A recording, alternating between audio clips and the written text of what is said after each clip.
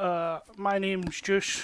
I'm the community manager for Polychop Simulations, and what I would like to do now is just ask the rest of the team to introduce themselves, starting with Sven. Sven.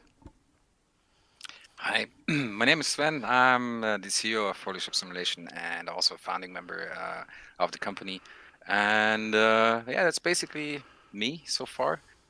Maybe a little thing to add is I'm also responsible for the art of our company as well.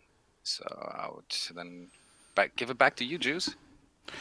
Yeah, unfortunately, Dan isn't with us today. Real life commitments have kept him away. But Dan is the producer and one of he is the community manager. He's my boss, and he wishes he was here today. Kinku. Yep. Hi everyone. I'm Kinku, and I'm in charge of making things go. Basically, I'm Mr. Developer. I'm mostly in charge of the programming side of things, chiefly the flight model and various other systems. And I'll pass it on to Robert. I am Robert.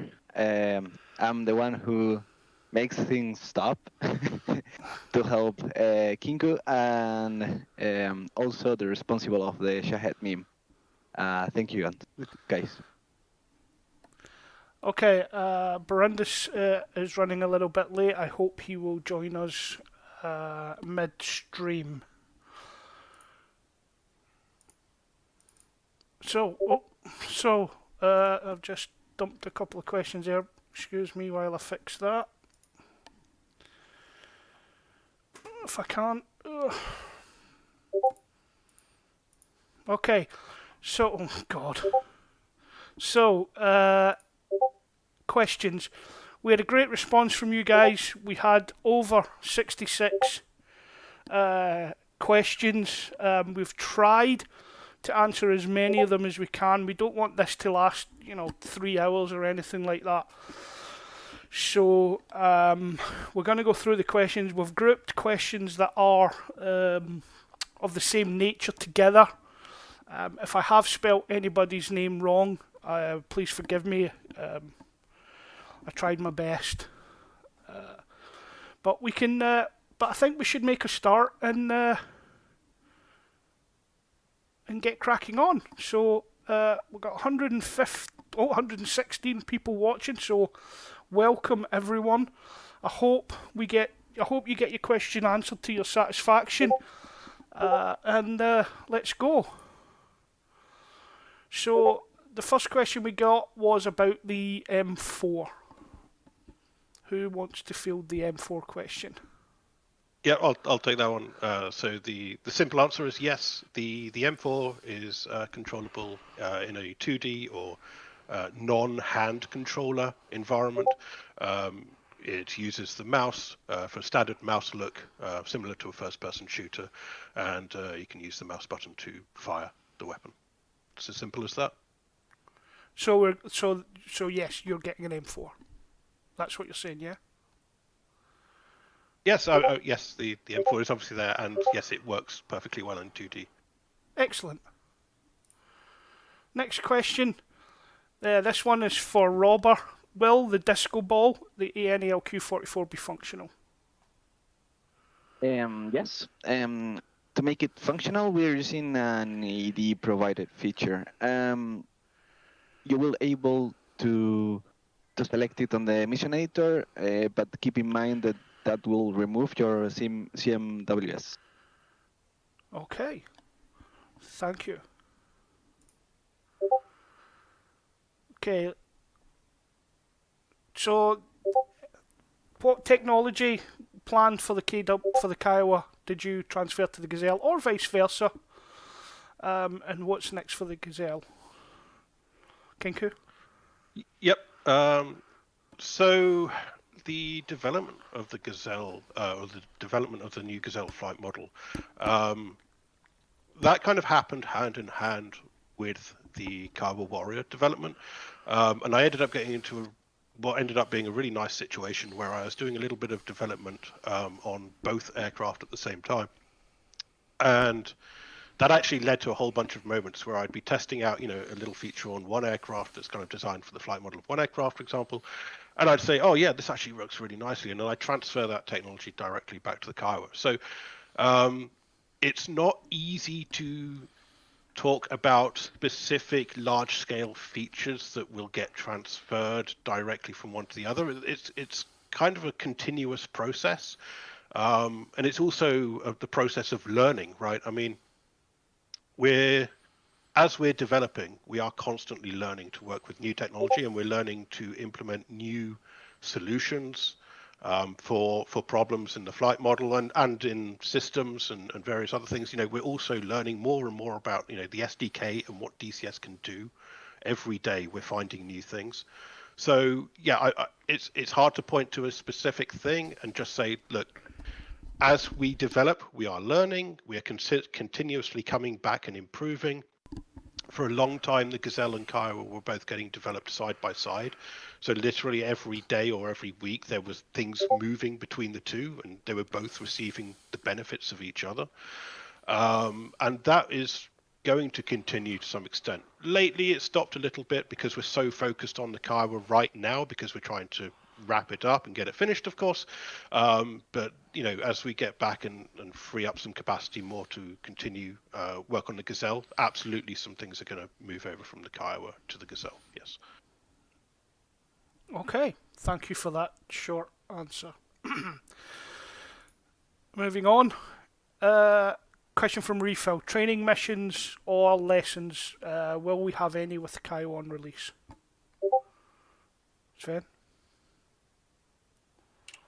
Yes. So basically, the idea on the release is that we will provide training missions to give the player first hands-on with the aircraft.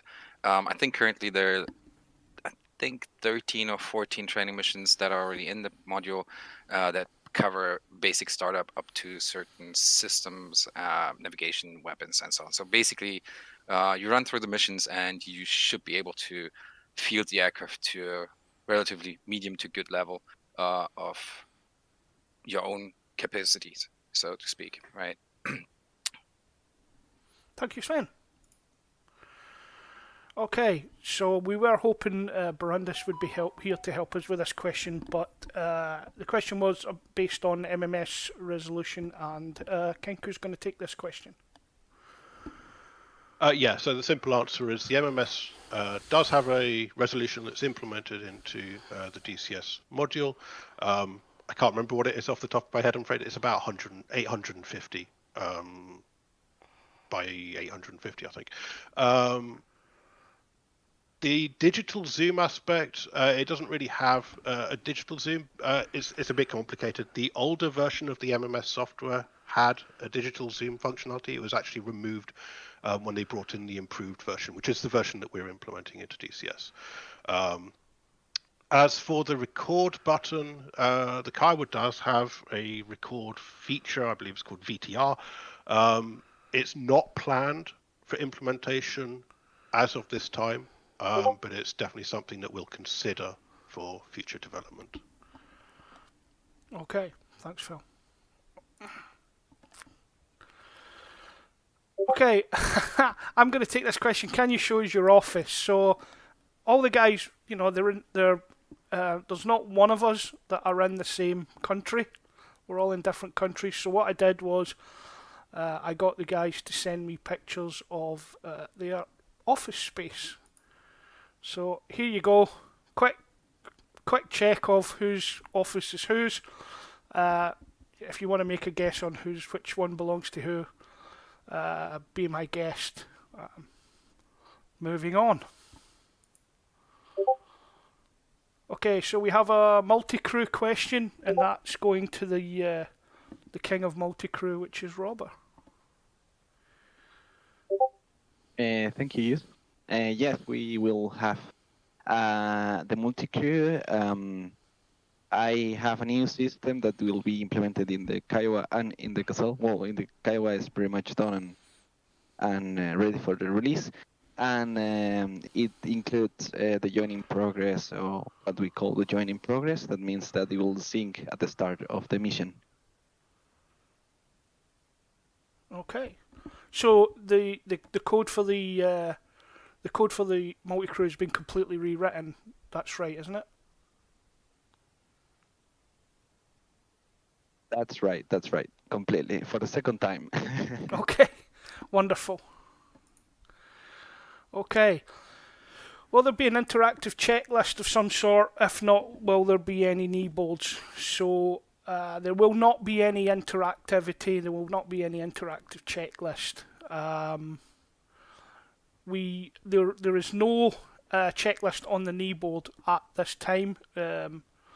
We may or may not implement that on release or later. We will discuss it.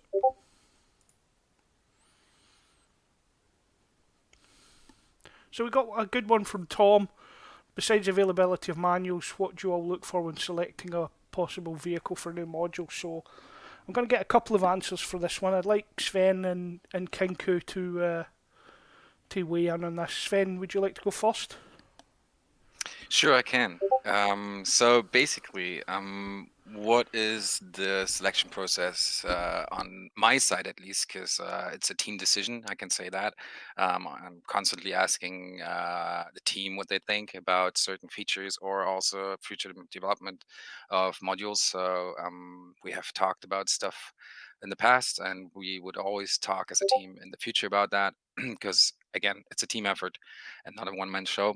So, but first of all, when I come up with ideas and pitch them, I'm looking into our personal passion of such a selection, which means does it appeal to me? And then I also ask the team, Phil, Robert, Dan, and others, would it be appealing to you to fly this aircraft in a simulator? So that's probably the first one. Then for me personally, it's also the looks of an aircraft. So there would be some aircrafts that I probably would not put in the list because they wouldn't appeal to me in first place, but it could be that the team actually puts them in, and then we still discuss that on that level of appealing aspect. And the second big one for me as the CEO and the person who talks to the manufacturers is, can I actually get the support from the manufacturers for such a module, which is probably hard to do sometimes, but generally it's talking to the right people at the right place that comes down to. And then if that's all scratched off, we can go further. And yeah, and the other side is the technical aspect. So that part I would give to Kinku to answer that, because there is also a lot of that to a module. So Phil. Yeah, actually, I'm not necessarily going to focus purely on the technical aspect. I love this question because I'm actually a game designer by trade, right? That's what I do, and I think about building new features all the time, and that's what I love to think about. In the context of DCS, I think about, what can I build? How can I make it fun? How can I make let you guys enjoy it? And of course, like, what is going to be successful in the DCS environment, right? So the way I see it is, like, the first thing you have to have is like the passion, and Sven kind of talked about that, right? You talk to the team, right, and see, does the team really want to do that? And you have to really have passion to develop in DCS. It's an extremely intensive process, so that's really important. I think it's a little bit underestimated sometimes. And then the second one is kind of the capability of the team, right? And that's not just like experience or skill set, right? That's also what information do you have access to, right? The more information you have about a module, the greater your capability is to actually create that module. And yeah, so Sven's already talked about that with talking to manufacturers and things and trying to get all that information. But the one I really like is actually the third part, and I think this really applies to third parties, is, well, will it actually be successful in DCS, right? We could build all kinds of different aircraft. We could build really simple aircraft like a Cessna, right? But it doesn't mean it's going to be successful in DCS. So that's a question that I like to think about a lot. And I tend to frame that in the concept of task and purpose. How is a particular aircraft going to fit within DCS world as a combat flight simulator. Let's look at what DCS is good at. Let's look at what DCS is not so good at, and see how this aircraft will thrive in that environment. Does this aircraft have a mission? Does this aircraft actually have a purpose within DCS? Will people want to fly it to actually achieve a goal, whether in single player or whether in multiplayer to achieve a common goal with a squadron or even with a crew in a multi-crew environment? That's the kind of stuff that I'm always thinking about when we're talking about, future modules for DCS. But yeah, Okay. sorry, I will wrap up my little my little segue there. Okay, thanks for that. That's really good answers. So, next question. Sven, Dash Smokes, are you going to animate the grabbing of the smoke grenades from the Dash and throwing them? The answer is yes, and it's already done. So you can grab and use 3 smoke grenades that are available on the dashboard. If you select them in the mission or editor, or basically in the loadout, that's where you can select them, and you have multiple of 6 different colors available. These 6 colors are real life colors that you can technically use in the real world environment in the field as they're used by the militaries. So we selected 6 out of 7 because the 7th one I decided was not making any sense. So you will have red, blue, green, purple, white, and yellow. So, and they're animated. So left seater will drop them out of the left door. Okay, thank you. Next question. So, FRMP, and I'm sorry I don't allow or whatever symbols, the question person formerly known as symbols. VR hand controls and leap motion questions. Sven, would you like to take this one?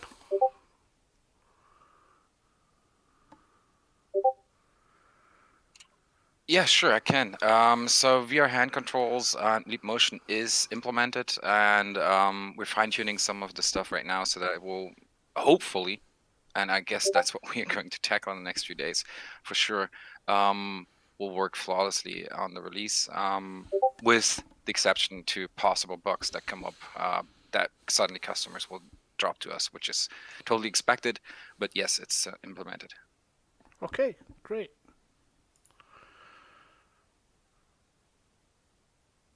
So, how many tutorial videos are planned for the Kiowa Warrior release? Kinku, how many tutorial videos are planned? Yep, so we've started work on this. I can't give you a precise answer right now because things may change, but it's going to be about 10 tutorial videos. We'll start off with a basic introduction to the aircraft, simple quick start and basic flight, and then we'll start digging into more detailed procedures. We'll probably focus on weapons more than anything, and for the video series, we may not cover the depths of every single system out there. I would like to focus on gameplay over doing really in-depth long tutorials. We do have obviously other content creators like Barundus who are more than happy to make long-term deep dive sort of feature videos. Yeah, we'll leave the long 3-hour ones to Barundus. Okay, thank you Kinku. Okay, we had a lot of questions based on the AI, and as the AI designer and programmer, I'm going to ask Kinku to answer this question as well. Yep. So there's a few different questions about the AI. I want to start by just distinguishing. There will be 2 AIs, as it were, in the Kiowa. The first is the pilot AI, and that's going to be responsible for doing the flying of the aircraft and doing basic maneuvers. And and the second is going to be a co-pilot AI. So that would be a bit more similar to sort of the George style or Petrovich that you're used to, where they're in their target seeking and weapons employment roles. Now, I realise that George and Petrovich, or at least George, I think, can do flying as well. I've wanted to separate these out because I think they have very different use cases, and I'd like to sort of focus on those and try to make the AIs really good at those specific roles. So the pilot AI is actually implemented in the Kiowa, and we'll talk about that actually a bit more in a later slide. The co-pilot AI is going to come after the release. The simple reason for that is we've never done an AI that's that complicated. In fact, we've never really done a real AI at all as it's currently understood in DCS. We want to put a good amount of design time and effort into doing this AI. And we want it to be able to do a lot of good things, right? The left seater is responsible for a lot of observation. They're also responsible for getting the sensors on target. And there's a whole bunch of other stuff that we might want the AI to do. So we need the time and dedicated sort of development capacity to really think about it and build it and make sure that it's going to work well before we get it out there. And that was just going to eat way too much time into the development of the Kiowa as a module, right? The core helicopter. And obviously it was going to delay the release even further. And that's obviously the last thing we want to do at this point. So we'd like to get the helicopter out to you guys first. As I said, it will have a pilot AI, which we'll come to in a later slide. And I'll talk all about that with you. But the co-pilot AI will come later. I can't talk too much about the feature set of the co-pilot AI because a lot of it is still in flux. Okay, thank you, Kinku. So, we've got a question. Is there a roadmap covering future updates going to release before the launch of the module? So, we're releasing the module, we've always said that the module will be released mission ready. So, apart from anything that's said here during the stream, like the Copilot AI, we don't envisage that we need to do a roadmap. We will tell you if there's any bug fixes and quality of life improvements that's going to be done. We are discussing maybe putting a dev change log in like we have currently for the Gazelle. We'll make a decision on that after release. So we do have questions based on the ground assets we had for the FARP and the team. Dan was supposed to give me a little statement to write out, but real life got in the way, and we didn't get one. So what I'm going to say here on behalf of Dan is, keep an eye on the Discord. We will answer this question, but it will be answered on our Discord channel. Dan will give you the answer to this question because he basically created them.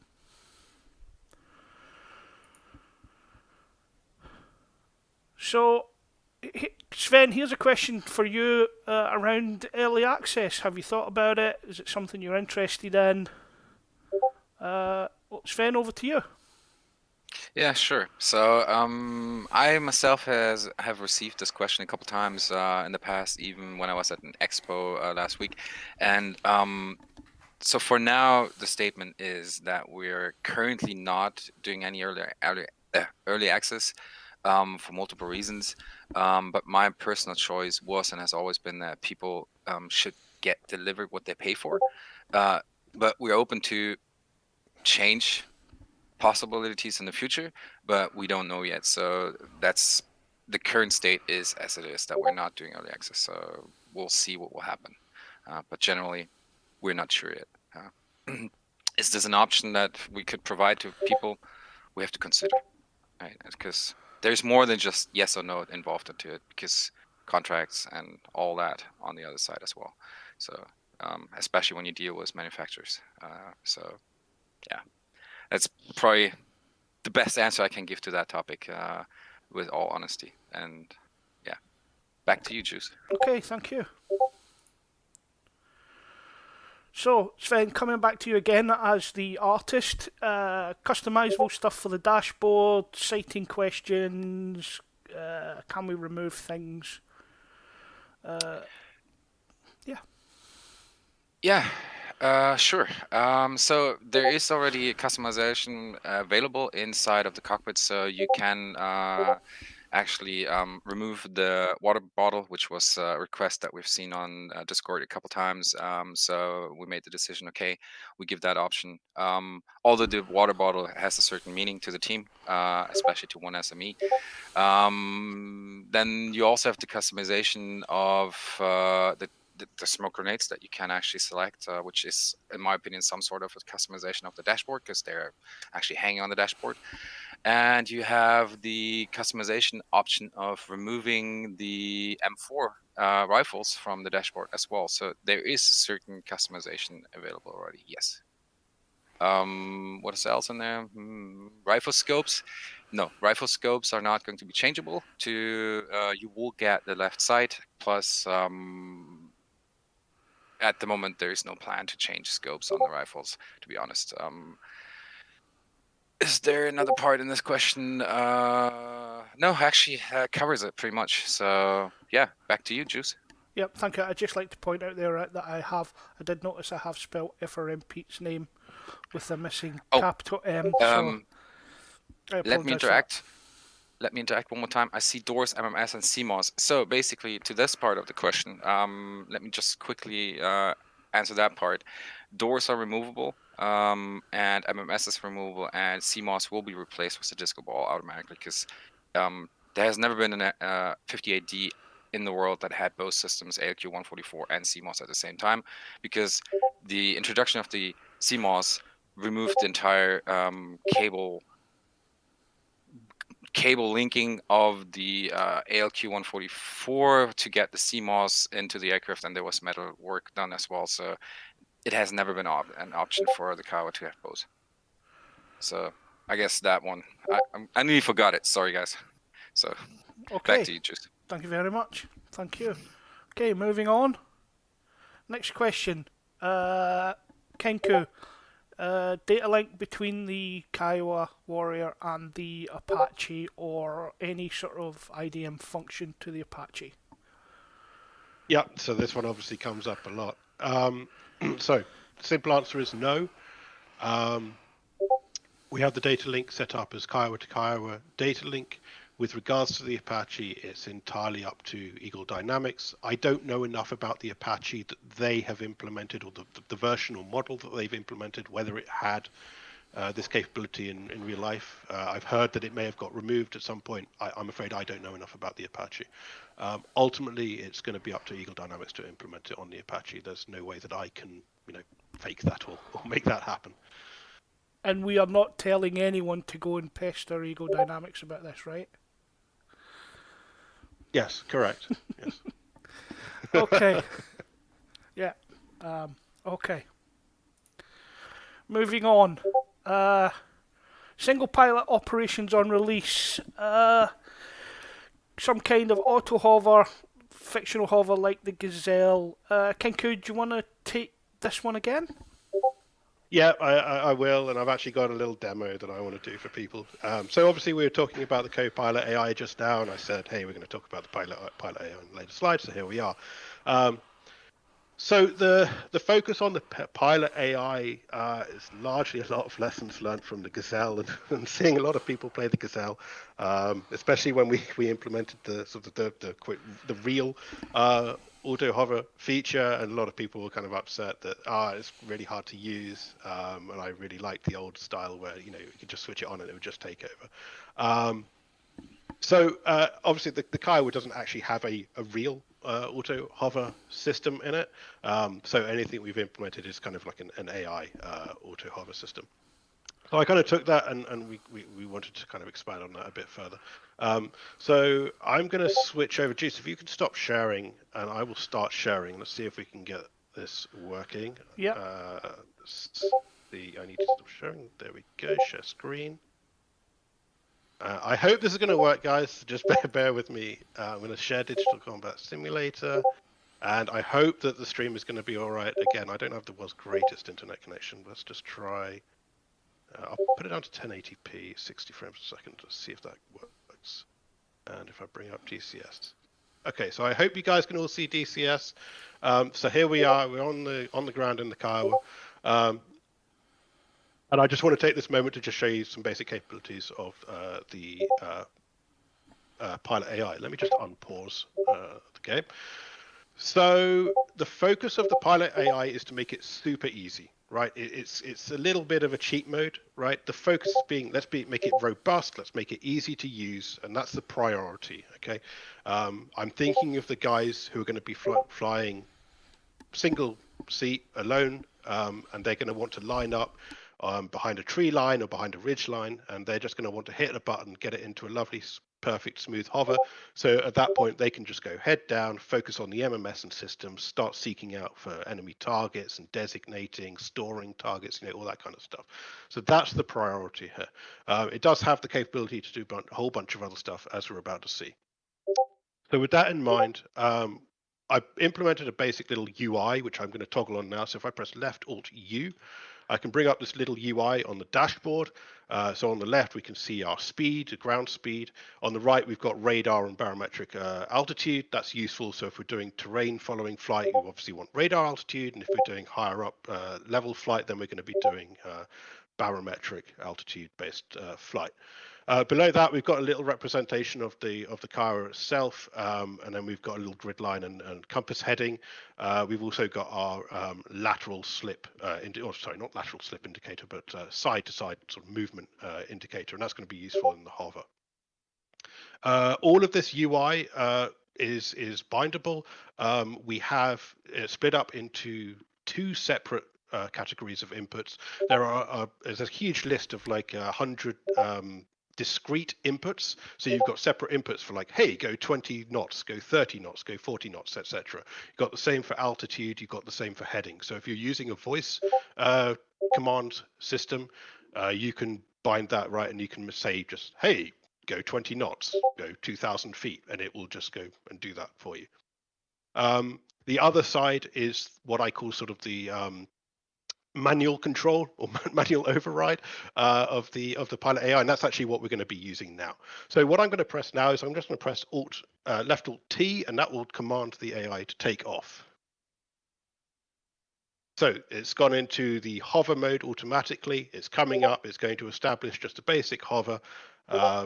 Nothing too special about that. But from here, we can start demonstrating some of the other features. And again, remember, this is geared towards people who are going to be playing in a single player environment. They need just the ease of control. They need the robustness of just, hey, the helicopter's not going to do anything stupid. It's just going to go where I want it to. So with this in mind, I can now use, I think I'm just going to use left Alt Q and left Alt E to change my heading. So I can just rotate my heading right, and I'm just commanding the helicopter to come left. I can command the helicopter to come right. And then I can use left Alt and the arrow keys for my translation. So I can just increase the desired ground speed. You can see the little red marker increasing, so I'm just setting it to 10 knots here, and then I can use the down arrow and bring it back to 0 knots, and of course I can go backwards if I want to. And I can use my left arrow and right arrow, and I can actually just set a desired translation to left and right speeds. There we go. And now I can just get back into hover. If I just press left or H, I'm just going to command a hover, and basically that just sets everything to 0 and say, hey, I just want to come to a dead halt here. Those asking about bindings, all of this stuff is totally bindable to your stick. I actually have this set up on my Warthog. I'm using the paddle on my Warthog as a toggle control, so it can toggle the whole thing on and off. It basically puts me into an AI mode. I'm using hats for my translation and for my direction. I've got a bunch of different buttons that will do other things like tell it to land, tell it to take off, tell it to hover, etc., etc. So you can use all of this on a simple host. On a simple HOTAS. Let's just take this up a little bit, though. I'm just going to kind of emulate a takeoff. So I'm going to start by commanding. I want to just increase my speed. Let's just bring that up. I'm also at the same time going to increase my altitude because obviously I don't want to crash into those buildings in front of me. So let's just command up to 65 knots. I'm just going to keep going up. I'm going to come left a bit to avoid these guys. And we can just fly around like this quite happily. And again, the focus of this is just on the aircraft is just going to do what you ask it. It's going to always try to do that. That does mean you're going to sacrifice a little bit of realism. Yes, there will be a few moments where it feels like it's a bit, it feels like it's on rails. That's because it is. The goal of this AI is to be reliable rather than perfectly realistic and emulate a helicopter. If you want that, turn the AI off and fly it. Please show the terrain following. It currently is in terrain following. So you'll see it's going to try and increase. Obviously, the terrain here is pretty flat. It's not the greatest terrain following, so you do have to look after it a little bit.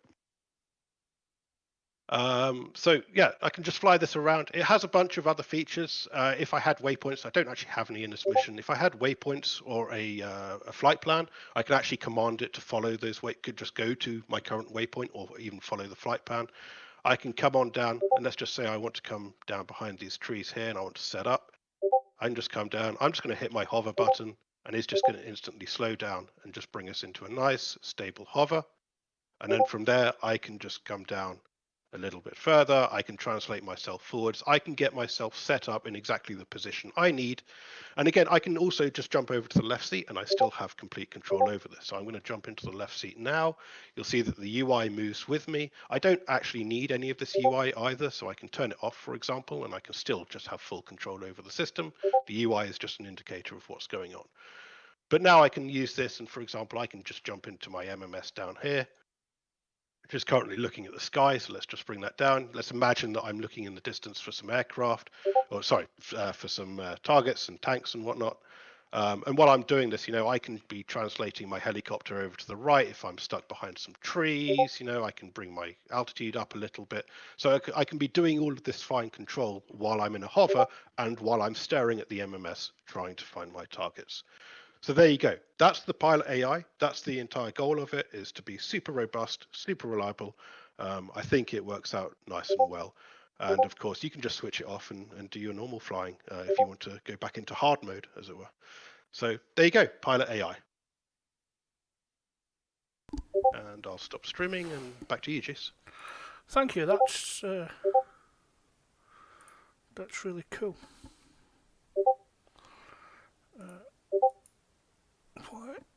Why won't it let me share my screen?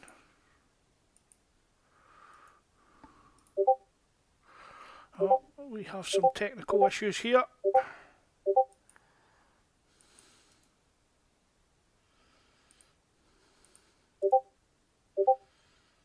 I can't share. I can't bring my PowerPoint back. 1 second, guys. Talk amongst yourselves. I'll just answer a couple of quick questions in the chat while you're fixing that. Yeah, that's good. So a couple of questions about VR. It looks the same as you saw. It's there. It's kind of physically there on the dash in front of you. When I actually started implementing this, I thought about doing it as a sort of head-mounted display, a little bit like Jester is in the F-14. But I realized that when you're using this, you need to be able to look out, and I didn't want it to impede too much of the visibility around you, right? Because you're most likely going to be using this on a hover. As I said, you want to be looking out for targets, so I don't want it to get in the way. And I wanted it to be in a fixed position because that was also more reliable for both VR and 2D use. It actually just simplified things greatly. I think someone mentioned shaking in the hover, or vibrating in the hover. Well, obviously it'll vibrate going through ETL and if you're doing hard maneuvers, that type of thing. Cockpit vibration, we've actually assigned a slider to that. You can actually adjust that. You can actually turn off a lot of the cockpit vibration if you want to. It's just a little customizable feature there. If you can disable AI in the mission editor, can't currently, but that's something that I was planning to implement. Thank you for reminding me. I'm actually going to write that on my whiteboard right now so I don't forget that I implement that particular feature. Disabling AI in mission editor is a very good point. So now everyone knows what picture for the offices was yours. Yes. Okay, I've got my stream back. So let's carry on, shall we? So next question. He says. Yeah. Okay. As you can see from the screen, we had a lot of questions about this. So what I'm going to do is I'm going to ask the team to pick something out of this. They can pick one or two, as many as they want out of this. So we'll start with Sven. So Sven, do you want to make a comment on the development process? Anything you'd do better? You know, the questions are there on the screen. So have a Sure. Sure, Juice. As you guys already, or as Juice has already mentioned, there are a couple questions that kind of feel in the same in similar directions. I will pick probably two questions that interest me to answer. So, Dorado Fever asked, what was the most difficult part of bringing this module to DCS? So, as some of you guys that follow our company for a couple of years now know that there were certain issues in the past, especially with my co-founder Patrick, who had health issues, and I think for me personally, that was the most difficult part of the time in the past years, because he literally was on the brink of dying 2 times during COVID, and losing a friend to something that is unexpected, or about to lose a friend and a mentor, is not something that is easily taken by anyone, I think. So that's probably one of the most difficult parts. And then also his decision to leave the company at some point, because and well, comprehensively I can say that this was a good choice for him, so he could take care of his family and not have to worry with the projects or the tasks that the company had to fulfill anymore. So, and coincidentally, on the same day, he told me that he wants to leave the company, which was a sad moment actually for me as well. There was somebody else knocking the door, or basically a meeting was set up between Phil and me. And yeah, suddenly, 30 minutes after the talk I had with Patrick, Phil actually joined the team and was happy to join, and no regrets at all about this. And so therefore, we were the team and the project were actually on the lucky side that this kind of like went side by side, and nobody could know that. And that's another part of it. It was an unforeseen event actually, on the negative and positive side. So yeah, that was a very, yeah, I would say emotional moment, generally speaking. Um, so that's probably for me the most difficult part of this whole thing. More difficult than actually talking to the manufacturers and finding support on that side.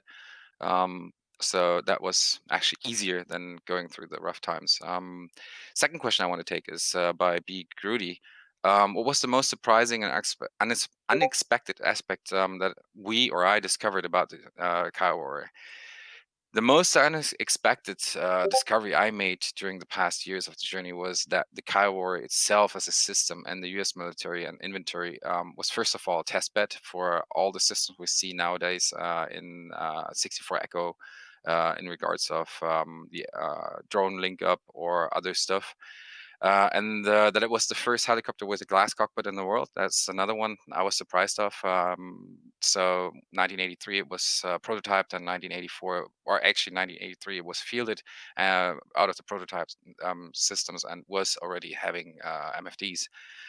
Plus, in the time of its deployment and the current events that we know of, where it was deployed in Afghanistan and Iraq, it actually was the one aircraft in the inventory of all troops and nations involved that had the highest mission readiness, which was, I think, 92 to 98% mission ready the whole time, which contributes to the teams supporting and actually maintaining the aircraft and piloting the aircraft. So they were a very, very, very important asset to the ground troops. And I was actually surprised seeing a lot of the footages on YouTube where Hellfires were used. And one of the pilots actually told me, "Hey, just look up the videos. When you see them and see the MMS feed or the actual video feed, just check for certain indicators if it's an Apache or a Kiowa." And I was surprised that most or way more videos were coming from Kiowars that were actually affiliated to Apaches. So that was a very surprising factor that many told us, or me and also the team, that they were often replacing Apaches or other units in the field when it was the moment of importance, because they were actually mission ready and just went in, did the job. And a lot of ground troops, including friends of mine, German army military friends that I have, actually do know the Kiowa very well, because they've seen it in combat often and very often saving the day. And yeah, there are certain stories to this aircraft, but that would basically blow the whole interview. So I would like to give it to somebody else in the team, Robert or Phil. Who wants to go first? I can go next. Yeah, since he kind of tied that in to me as well. So coming back to the issues with Patrick, yeah, I joined Body Shop the day that Patrick decided to leave. That was an interesting moment. Robert, I think, was working almost completely on the Gazelle at that time. I think it was the original Gazelle multicrew update back then. So yeah, I suddenly landed with the Kiowa. It's like, hey, okay, now I have to make this go. All right, great. Okay, that's my job now. Yeah, that was a really interesting moment for me. Honestly, though, I couldn't be happier. It put me in a position where I had to learn and learn fast, and I think I did. I don't think I've ever been more happy just digging around the SDK and trying and digging around the Kiowa code and just working out, okay, this does this and what does what and everything. And the long, slow process of now making this code ours. You know, Robert and I have spent months going through refactoring certain areas so that we have a better understanding of the code, improving performance and reliability in many different places, and basically just taking ownership of the entire code base. And we're talking hundreds of thousands of lines of code, right? This isn't a small endeavor. So yeah, that was I think the greatest moment during development for me, because it gave me what I needed. It just gave me like, hey, you have this responsibility now. You need to learn and take control over this and make it yours. The hardest part, I mean, easily the hardest technical part is the flight model. It's just as simple as that. Trying to get this flight model um, to be, I don't want to say to be perfect, because that's the interesting thing. There's a balance, right? You can always strive for perfection, but you're never going to achieve perfection. But I learned to work with Barundus pretty quickly. You know, Barundus being our main subject matter expert on the Kiowa. And we kind of got a good understanding between each other and how to sort of translate. You know, I translate sort of code speak to Barundus. He would translate sort of helicopter and military speak to me, and be able to talk about, you know, the way that the aircraft's supposed to behave and how it's supposed to fly. Yeah, we spent a lot of time working together, testing it, and it was just a constant iterative process for I don't know, at least a year and a half. I think must have been continuous, basically. To just constantly refine and improve and build upon the flight model. Yeah, a lot of the times it was 2 steps forward, 1 step back. You know, that's the problem we have, because it's a very physical flight model. You know, so you adjust one parameter and it can have really unintended consequences that you don't always find out about. So that's always a danger. It's always a little bit of a frustration too. You know, suddenly something that was fixed 2 months ago is crap. You know, just by trying to improve one other thing, you accidentally removed this other thing. And that's, again, that's also part of, you know, learning to understand the code base and making your own, and really coming to knowing this code, right? Because again, I inherited this code base. So even to this day, there are still little bits and pieces that I'm finding out that are kind of new to me, or that I don't really have a total intuitive understanding about. And I love it. So I think, yeah, that's it from me. Robert, do you want to jump in? Yes, you can jump in. So for me, the most difficult times were pretty much the same as Kinkus, who just disappeared. because at that time I was focused on the Gazelle multicrew. It took like 4 months, but that helped me evolve. I was just out of uni. Uh, it was I was pretty much alone coding, and I had to nail it. I did a promise to Dan, and I fulfilled it. I will fulfill it soon. Have him join in person in the multi-crew in the Gazelle too. And but at the same time, the multi-crew is also my little baby, and now it can be ported to the next projects in an easier way, and we will have multi-crew from the start pretty much, and I'm happy about that. And that's it. I give it to you, yes. Okay, thanks for your answers. I'm going to do something now that we haven't talked about in the run up to the stream, and I'm going to ask you a question here.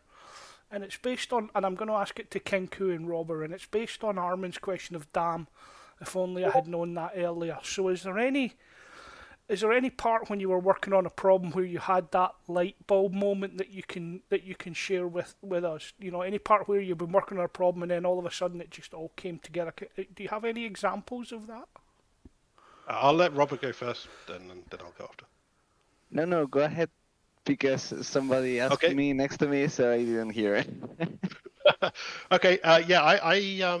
I'm going to just mutate that question a little bit. I had a light bulb moment that I learned something that I seriously wish the previous coder had known and implemented beforehand, and that was how to work with the sort of the UI of DCS. So there's kind of two ways that you can do it basically, and there's one way which is kind of the way that all modders use, because modders have to use this, and that's through the use of parameters that you can read in Lua, and you can, for example, change the position of your MFD text, or you can change the opacity of your MFD text using these parameters. So that was what was implemented in the Kiowa, and there were must have been about 500 of these parameters going on for all, every little different element of MFD, every little page, every little text thing, has to have its own behavior. and then we discovered the quote right way of doing this within a proper third-party module, and I must have spent at least a month of work, cumulative hours, deleting and rewriting and refactoring the entire MFD code to use this new system, which just tidied the whole thing up beautifully, and I was very happy with the result.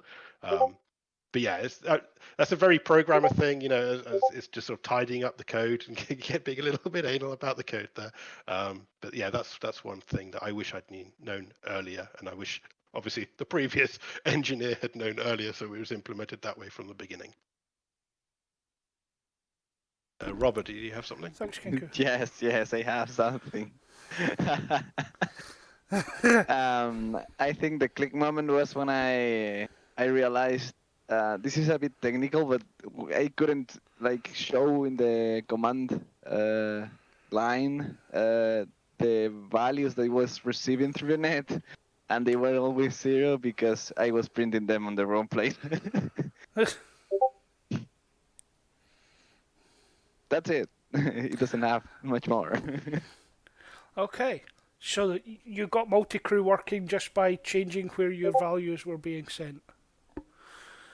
That's interesting. Not exactly, but at least I could debug them. Okay. Brilliant. Okay, well, thanks. I know we haven't talked about me doing that in the run up to the stream, so don't hate me too much when we debrief later. Okay. Next question. L2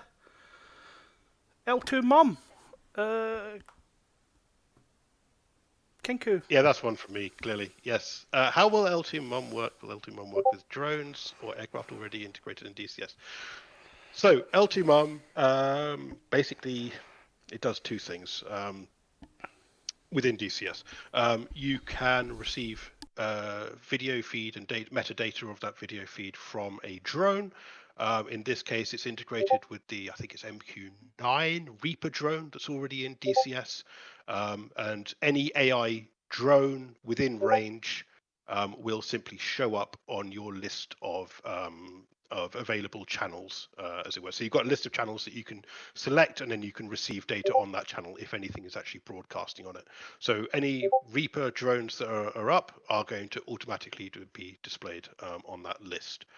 The second option is Kiowa to Kiowa video feed, and this is explicitly for player aircraft at this time. And there, the player has to you have to basically select the channel that you want to transmit on, and then basically switch on transmission, and then anyone who selects that channel can then receive video feed from you. So there is no additional assets required for this at this time. There's some discussion we're having about further integration, possibly other integration with mods. I think someone said any drone except Reaper, like Winglong, will work. Winglong won't work. I did want to keep it to drones that would have been realistically equipped to broadcast L2 mums. And if I remember rightly, I think Winglong is not a US drone. I think it might be Chinese. I can't remember exactly.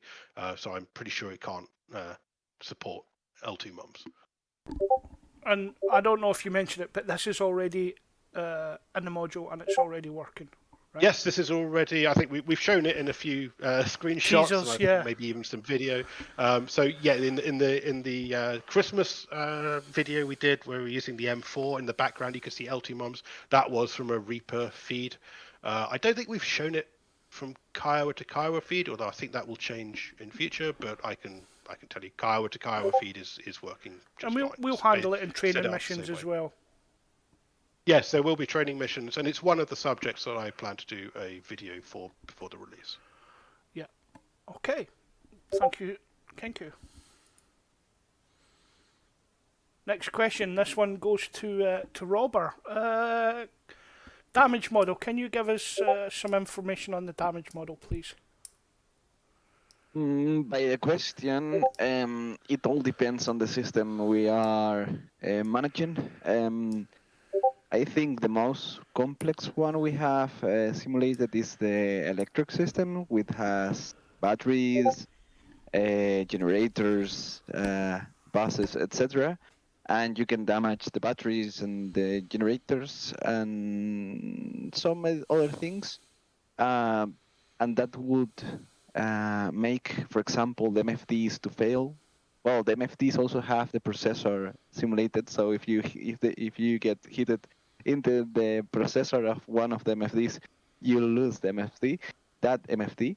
And there are other systems that are a little bit less simulator, like the fuel. We have the fuel cell that when you get some amount of damage, it will start losing fuel. I don't simulate how many bullets and the percentage of damage. It's just a switch on off state for at least for now. But I don't think I'm going to change that because I cannot simulate the damage of the bullets. That's managed by DCS, and that's it. There's more to it, Manchamin. Don't forget to mention flight critical things like gearboxes. They're possible to be damaged as well by impacts from the external. Or a little neat detail that actually one of the SMEs actually pointed out to us is when you stomp on the pedals while you're still on the ground, wheels heavy, you can break your tail rotor gearbox as well, because that's happening through torque, and the torque would feed back into the transmission that would eventually break it. So if you ever stomp on the pedals on the ground by having the aircraft run up into idle, you will very likely fail your tail rotor, which is absolutely realistic. So we also took some advices and input from the SMEs on certain damages, what the aircraft should be damaged like. So don't forget that one, Robert, because that one was a great and big important one to the SMEs, actually, that they could damage the aircraft on the flight envelope as well. Ain't that sad that I forgot about the thing I coded? Yeah. Okay. Well, but you know what I mean, right? It's a huge part.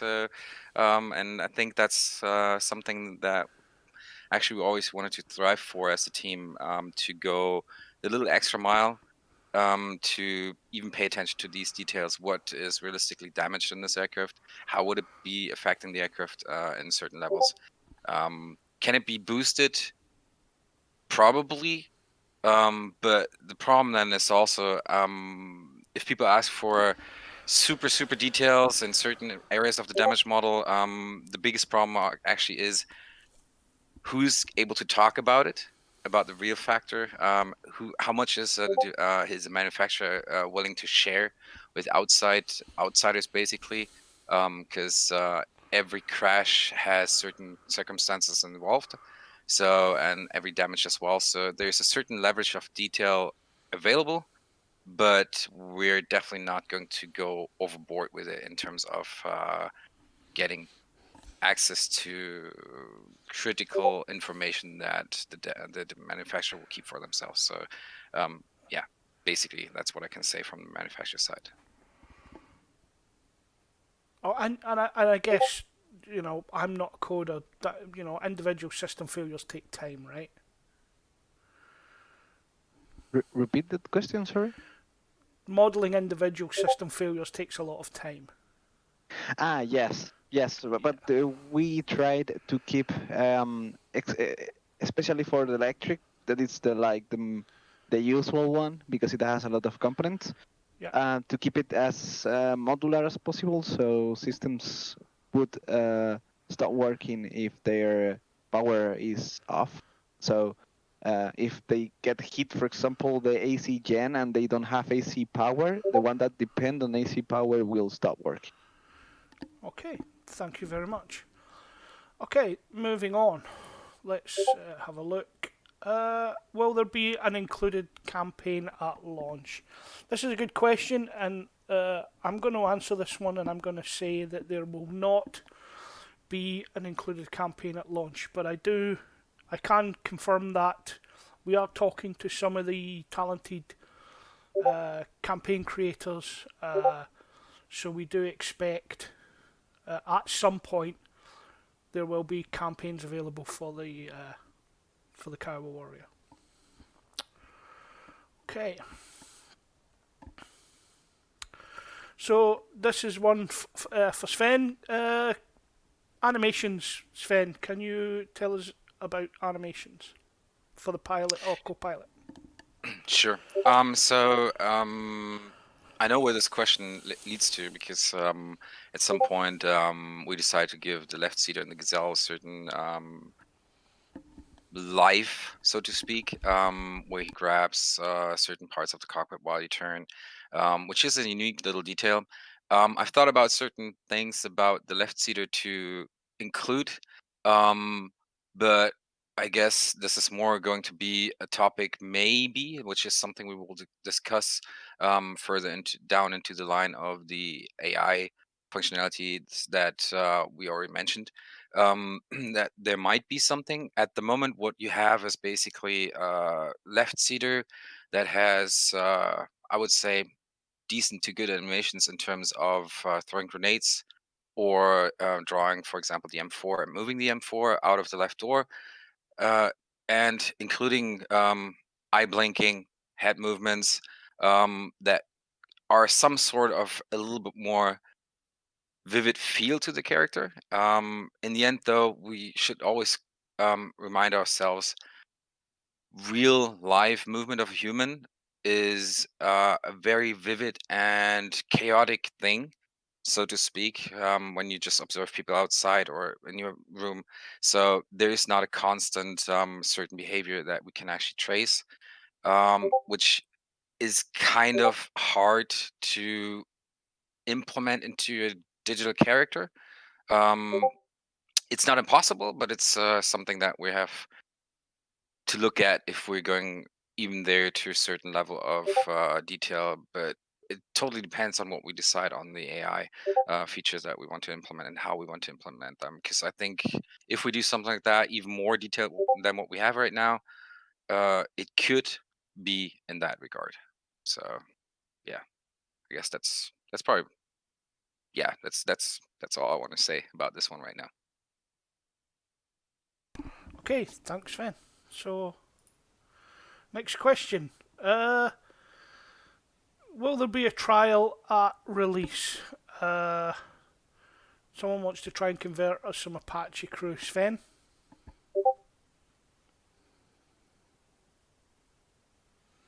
Sorry, I have to switch screens here now and then. No, there's not going to be a trial. Why that? Because when we created the contract back in the days with ED, this was not in our scope at that point of time. Which is basically the reason why there is no trial period. And I think it's fair to say that it does not necessarily need a trial, in my opinion. Others can have other opinions. Yeah, so a trial is at the moment not planned. Okay. That might change. Don't know. We'll have to see. It also depends again on what the manufacturers give us as possibility in terms of moving, because we have to fulfill not just one contract. We're actually bound to a contract on the other side as well that is also giving us a certain ballpark of what we can do, how far we can move. So grab your mates, get them round your house if you buy the module, and have them fly it on your system if you want to convert some of your friends, basically. Yeah, exactly. Which is fun, because this aircraft is meant to be flown by 2 guys. I mean, come on, get your friends in, show them what you have, or show your friends on streams or whatever, and just see if it's up to you and the others if you want to enjoy it. And in the end, yeah, that's all we can say right now about this trial. And I guess there will be enough people showing the Kiowa release. Brilliant. So you can make yourself a good picture. Thank you. Okay.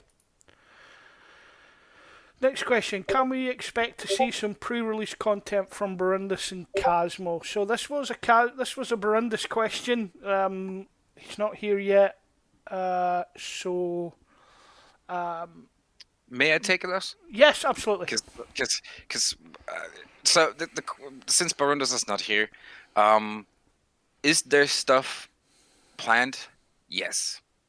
There is pre-release stuff planned, which is obviously the right choice to do, to show the aircraft to the audience, from real pilots to the sim pilots. So that's basically what we can state right now. When this will happen, this totally depends on the timeline of these 2 people mentioned in this question and others that we invited to actually do pre-release streams and videos. So yes, there is definitely something going to happen. Yeah, so I hope this answers that question. Although Barundus is not here, sorry for that. But yeah. Okay. So yeah, stay tuned is basically what we're saying there. Exactly, like you're used to in the DCS community. TM 2 weeks, right? Yeah. Okay. Next question. Small caliber weapons in the Gazelle or Kiowa? I can't remember who was going to take this question. Was it Sven? Was it you? Yeah, it was me again. I just see that on the list. Small caliber weapons on Gazelle and Kiowa long term. I don't want to say too much about it because this is totally a decision of the team, as we spoke about earlier, like feasibilities and possibilities in terms of technology and how we evolve with certain tasks. So maybe not. It's totally open yet what will happen in terms of small caliber weapons and how far we are going to push this on a certain level. So there's no defined answer for this question, to be honest. Okay, thank you. You're welcome. Okay, what's the chances of getting the GAU 19? So we'll look at it, but we're not promising anything. Is the answer to this question? But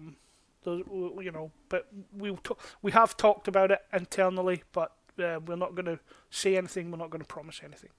So that's the answer to that, I'm afraid. Okay, moving on. I get all the short questions. It's great.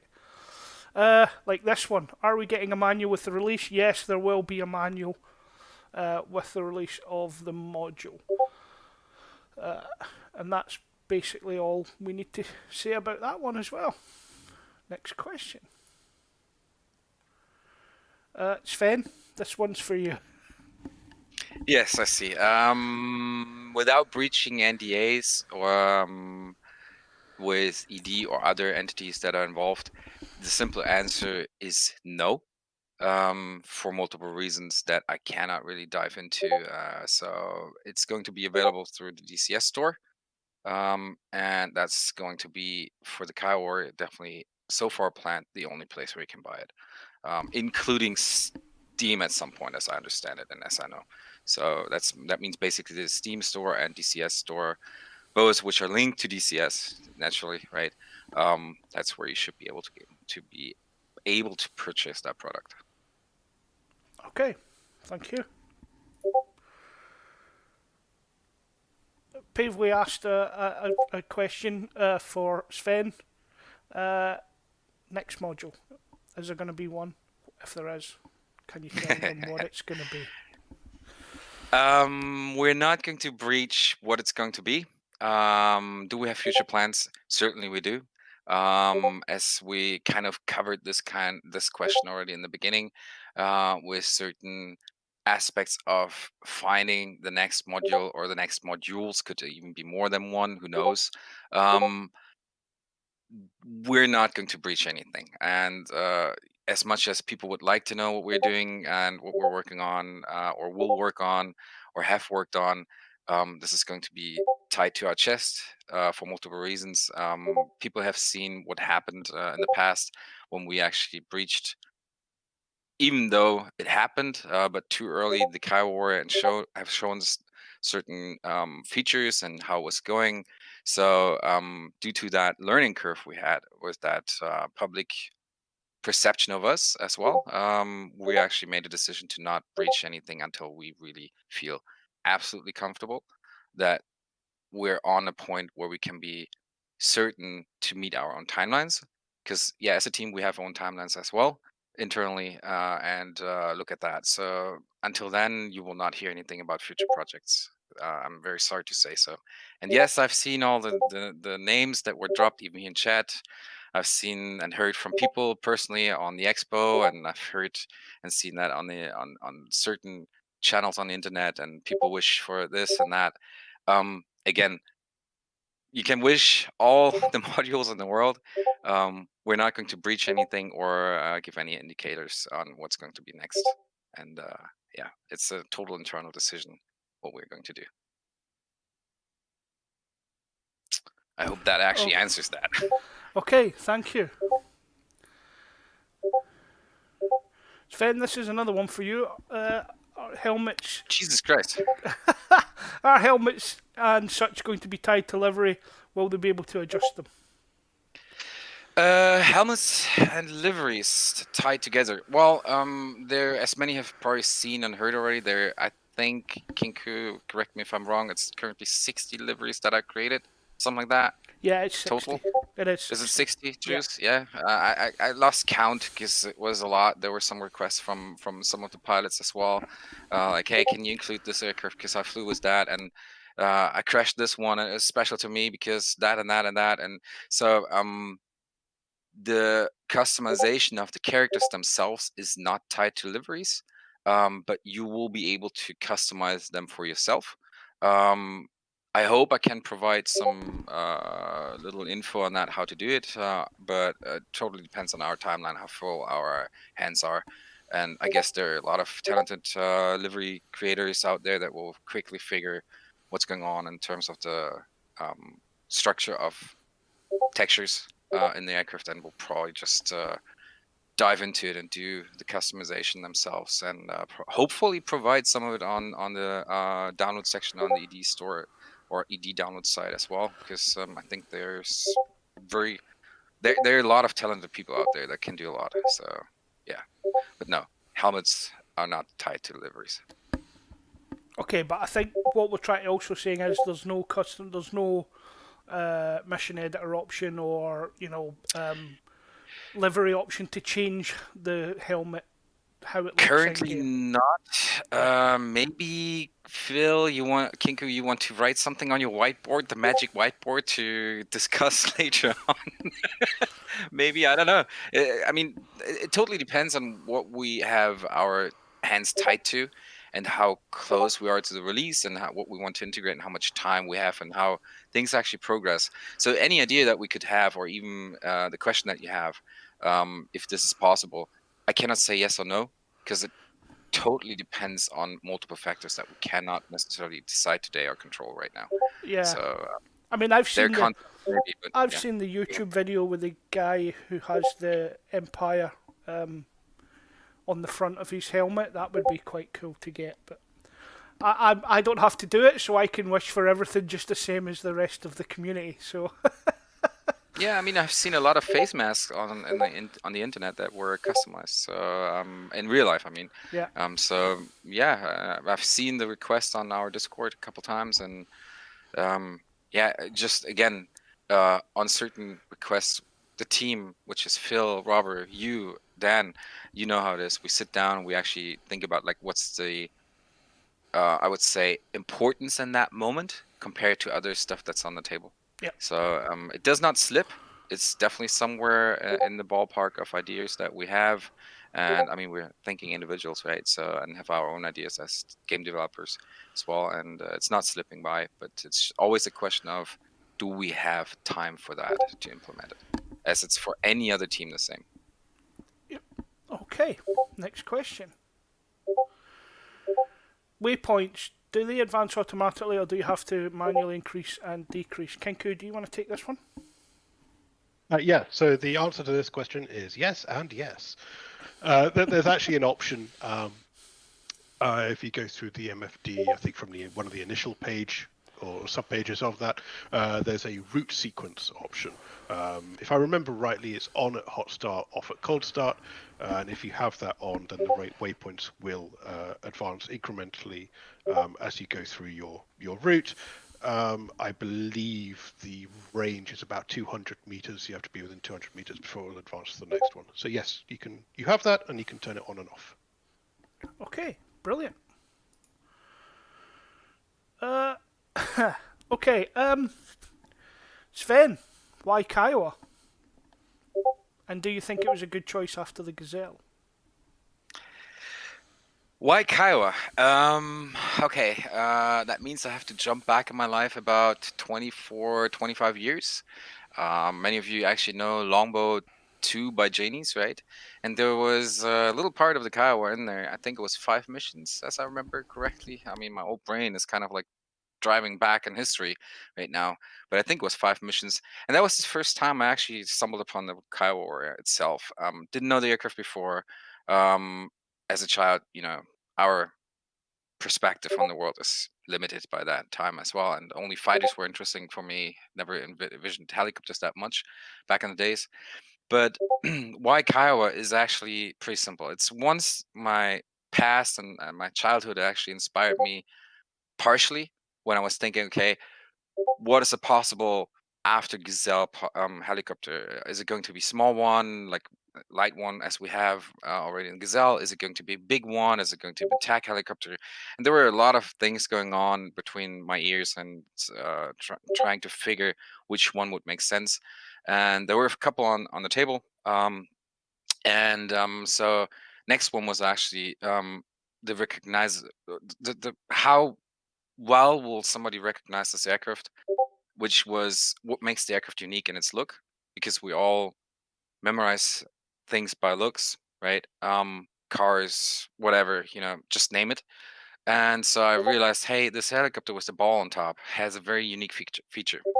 And so that caught my second eye of interest.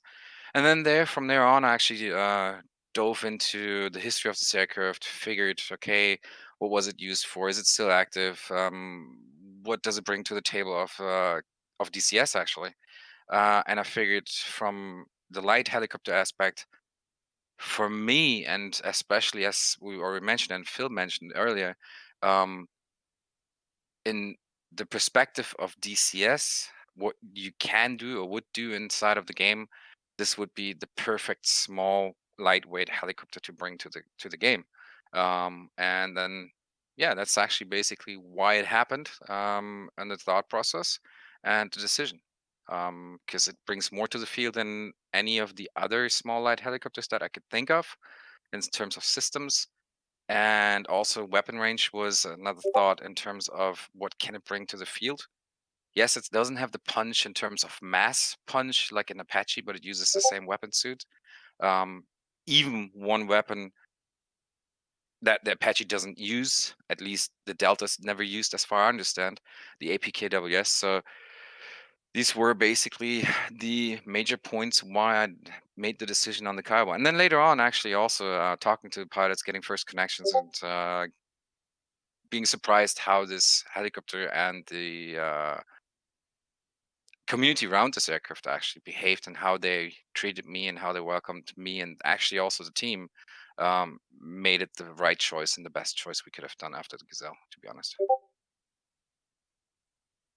Yeah, and I mean, I've said to people before, it's a perfect stepping stone. You know, you start from the Gazelle, you learn to fly steam gauge, limited sensors, limited range weapons, and a step up to the Kiowa. You know, you start to get a slightly better sensors, longer range weapons. I think it's a great. You could literally go Kiowa, Gazelle, Kiowa, Apache, and you're increasing your knowledge and your workload as you go. I think it's a perfect stepping stone.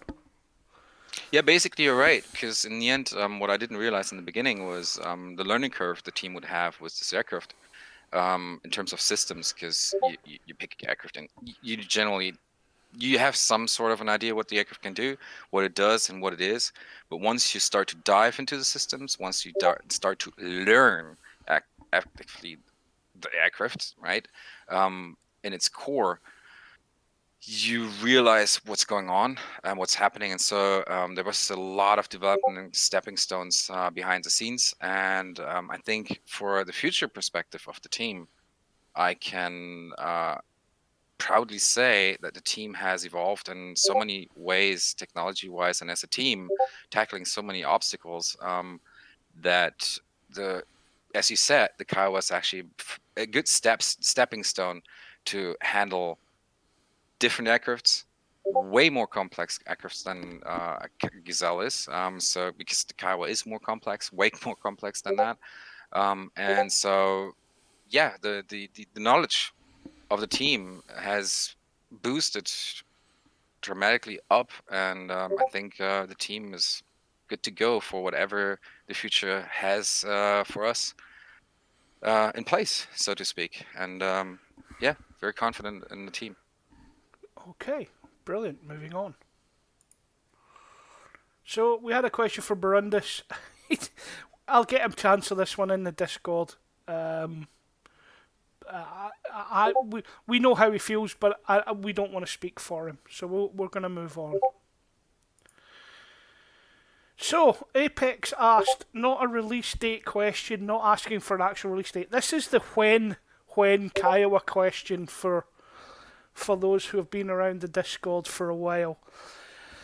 And the when Kiowa is right now.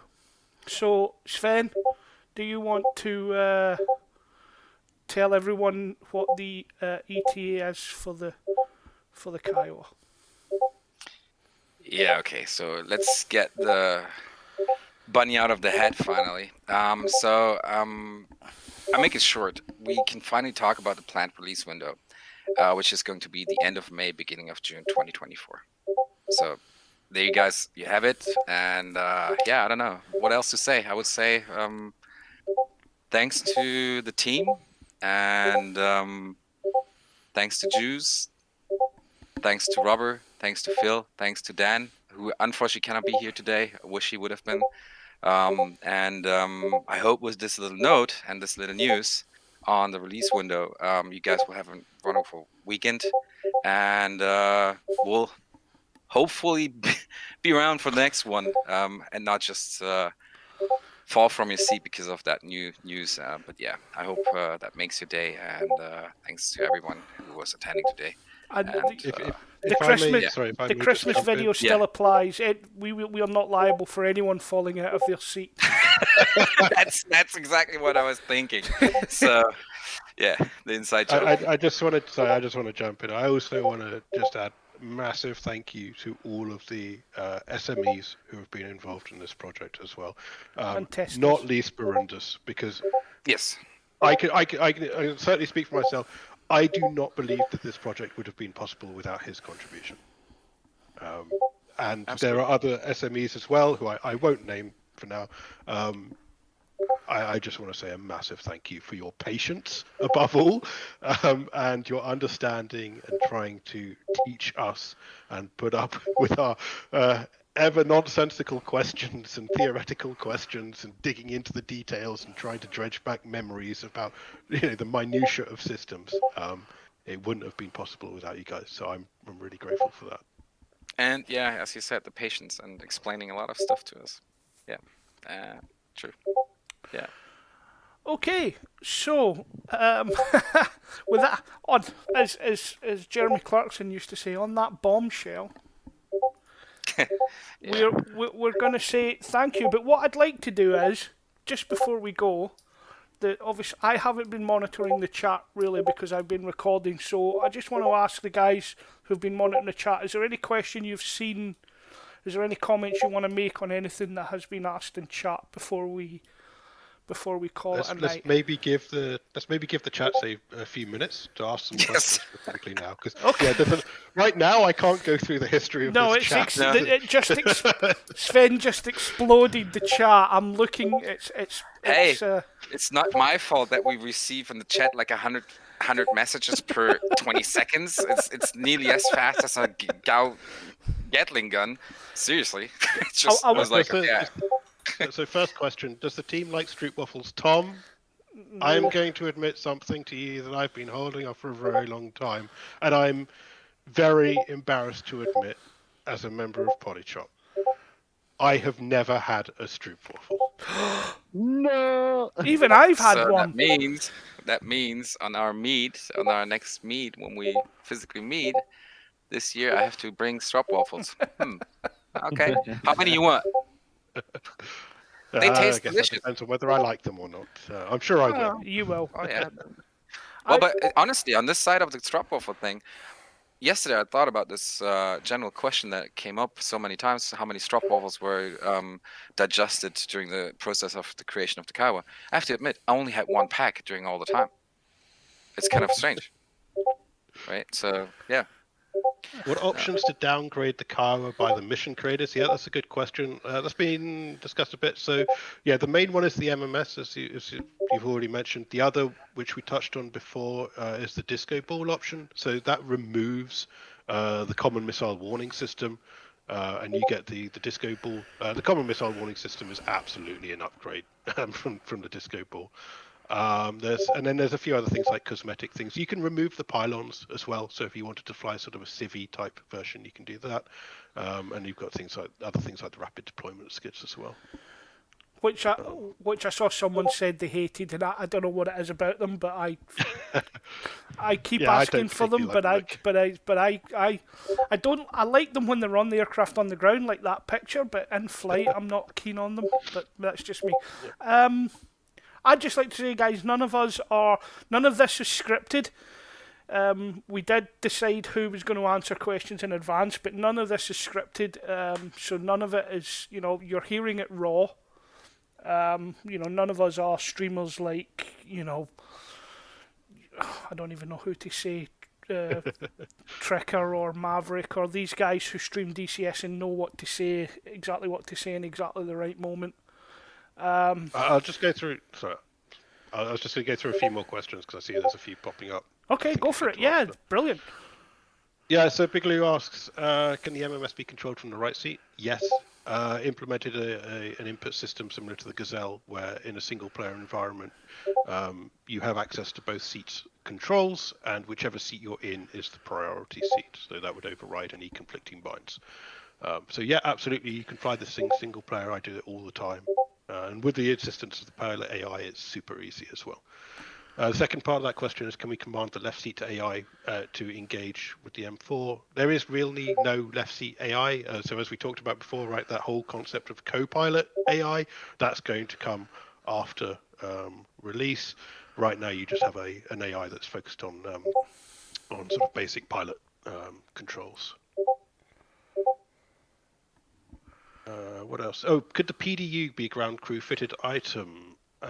We haven't really talked much about the PDU, and I don't think we've really even showcased it. But that's another good point about the history of the aircraft. So, for those of you who don't know, the PDU is a pilot display unit. It's actually a basic HUD, and it was fitted to the aircraft. It was removed, I think, during the late or mid 90s. I'm not quite sure on the timeline there, largely because of safety reasons, where if they were wearing NVGs, they'd collide with the PDU.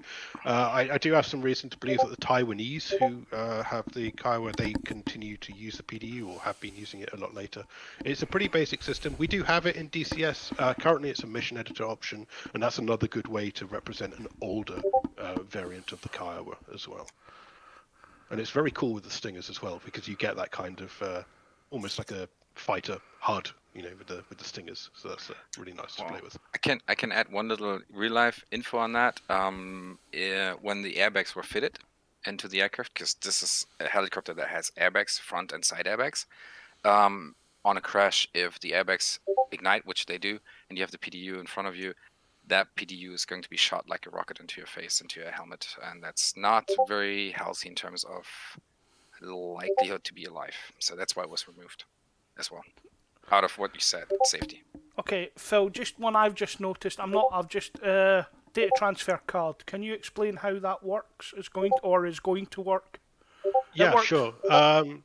Yeah, so there is the data transfer card. You can think of it as a data cartridge, really, in terms of DCS. You can save quite a bit of mission data on there. So, for example, you can save all your waypoints, control points, target points. So those are the three different types of navigation points. There's quite a lot of those.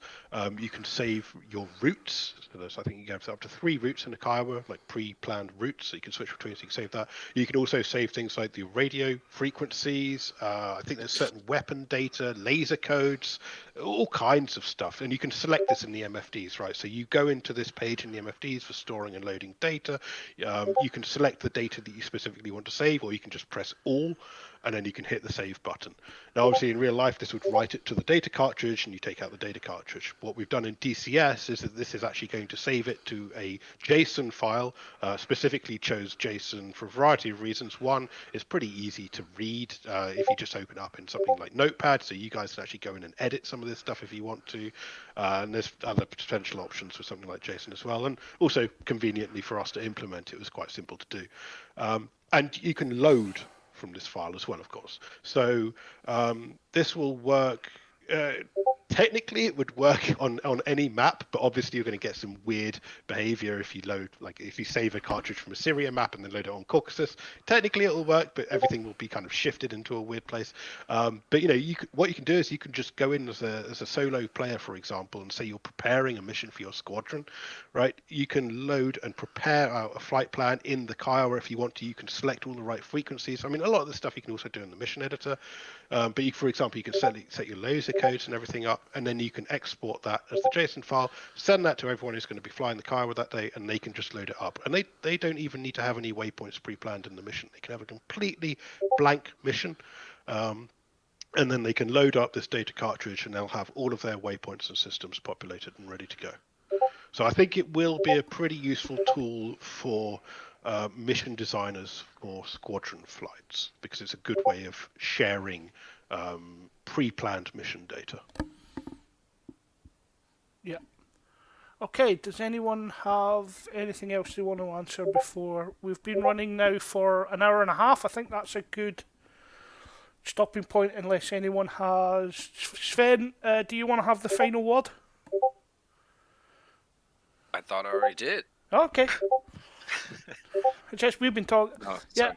Generally, thanks for all the people that actually attended. I think it means a lot to the team to see that much attention to the work and time they've spent. What I can say though is we see the responses on Discord. We read them, and sorry if we're not directly answering everything at the same time, or some of the stuff is referenced to some Q&A or whatever. But we do hear you.